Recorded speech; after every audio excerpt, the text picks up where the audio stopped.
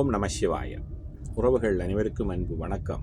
எல்லோரும் நலமாக இருக்க நினைக்கின்றேன். எல்லோரும் நலமாக இருக்க வேண்டும் என்று எல்லாம் வல்ல இறைவனை பிரார்த்தித்தவனாக வளமை போன்ற ஒரு குரலை காணொலி வடிவிலே பதிவிட்டிருக்கின்றேன். அந்த வகையிலே இன்றைய தினம் நாங்கள் காண்க இருக்கின்ற குரல் 1330 குரலிலே 492வது குரலாக அமையிருக்கின்றது. நல்லொரு குரலாகவும் நல்லொரு உரையாகவும் அமைய பெற்றிருக்கின்றது. பார்ப்போமாக இருந்தால், முரண் சேர்ந்த மெய்யம்பினவர்க்கும் அரண் சேர்ந்தாம் ஆக்கம் பலவும் தரும். முரண் சேர்ந்த மெய்யம்பினவர்க்கும் அரண் சேர்ந்தாம் ஆக்கம் பலவும் தரும் என்பதாக அமைந்திருக்கின்றது. இதற்கு 3 உரைகள் அமைய பெற்றிருக்கின்றன. நாங்கள் முதலாவது உரையை பார்ப்போமாக இருந்தால், மாறுபாடு பொருந்திய வலிமை உடையவர்க்கும் அரணோடு பொருந்தி ஏற்படுகின்ற வெற்றியானது பல வகை பயன்களை கொடுக்கும் என்பதாக அமைந்திருக்கின்றது.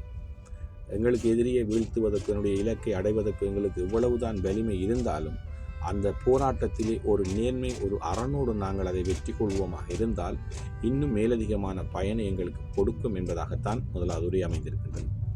அதே போன்றுதான் முரண் சேர்ந்த மெய்யம்பினவர்க்கும் அரண் சேர்ந்தாம் ஆக்கம் பலவும் தரும் என்ற குரலுக்காக கலைஞர் அவர்களும் ஒரு உரையை தந்திருக்கின்றார்கள். அதை பார்ப்போமாக இருந்தால், வரும் பகையை எதிர்க்கும் வலிமை இருப்பினும் அத்துடன் அரணை சார்ந்து போரிடும் வாய்ப்பு இணையுமானால் பெரும் பயன் கிட்டும் என்பதாக அமைந்திருக்கின்றது. முதலாவது உரையினுடைய சாரலில் தான் இதுவும் இருக்கின்றது. நாங்கள் ஒரு பகையை வீழ்த்துவதற்கு, எங்களுடைய இலக்கை அடைவதற்கு, என்னுடைய வாழ்க்கையை சரியான வழியிலே கொண்டு நடத்துவதற்கு நாங்கள் போரிடுகின்ற பொழுது அந்த போராட்டத்திலே ஒரு அரண், ஒரு நேர்மை, ஒரு ஒழுக்கம் இருக்குமாக இருந்தால் அதனால் வருகின்ற பயன்கள் இன்னும் மேலதிகமானதாக இருக்கும் என்பதாகத்தான் அவருடைய உரையும் அமைந்திருக்கின்றது. அதே போன்றுதான் முரண் சேர்ந்த மெய்யம்பினவர்க்கும் அரண் சேர்ந்தாம் ஆக்கம் பலவும் தரும் என்ற குரலுக்காக சாலமன் பாப்பை அவர்களும் ஒரு உரையை தந்திருக்கின்றால் சற்று வித்தியாசமாக இருக்கின்றது. அவருடைய உரை பார்ப்போமாக இருந்தால், பகை உணர்வுகள் நிறைந்தும் ஆற்றலில் மிகுந்தும் இருப்பவர்க்கு பாதுகாப்பான இடத்தில் இருப்பது பல பயன்களை தரும் என்பதாக அமைந்திருக்கின்றது.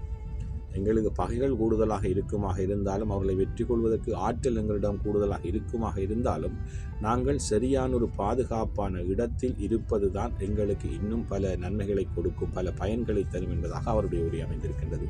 உண்மையிலே இன்றைய குரலுக்கான முரண் சேர்ந்த மெய்யம்பினவர்க்கும் அரண் சேர்ந்தாம் ஆக்கம் பெறவும் தரும் என்ற குரலுக்கான 3 உரைகளும் நல்ல உரைகளாக அமைந்திருக்கின்றது. அதாவது எங்களுடைய எதிரிகளை, எங்களுடைய வாழ்க்கை பாதையை, எங்களுடைய இலக்கை அடைவதற்கு நாங்கள் ஒரு பாதையை வடிவமைத்து எங்களுடைய வாழ்க்கையை சரியான பாதையில் வெற்றி கொள்வதற்கு போராடி கொண்டிருக்கின்றோமாக இருந்தால், அந்த போராட்டத்திலே நாங்கள் வெற்றி கொள்கின்றோமாக இருந்தாலும் அந்த போராட்டத்தில் ஒரு அறம் இருக்க வேண்டும், ஒரு ஒழுக்கம் இருக்க வேண்டும், ஒரு நேர்மை இருக்க வேண்டும்.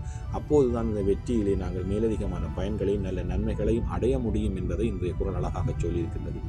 நல்லொரு குரலாகவும் நல்ல உரைகளாகவும் அமைய பெற்றிருக்கின்றது. முரண் சேர்ந்த மெய்யம்பினார்க்கும் அரண் சேர்ந்தாம் ஆக்கம் பலவும் தரும். ஓம் நம சிவாய. நன்றி, வணக்கம். அடுத்த குரலை சந்திக்கலாம்.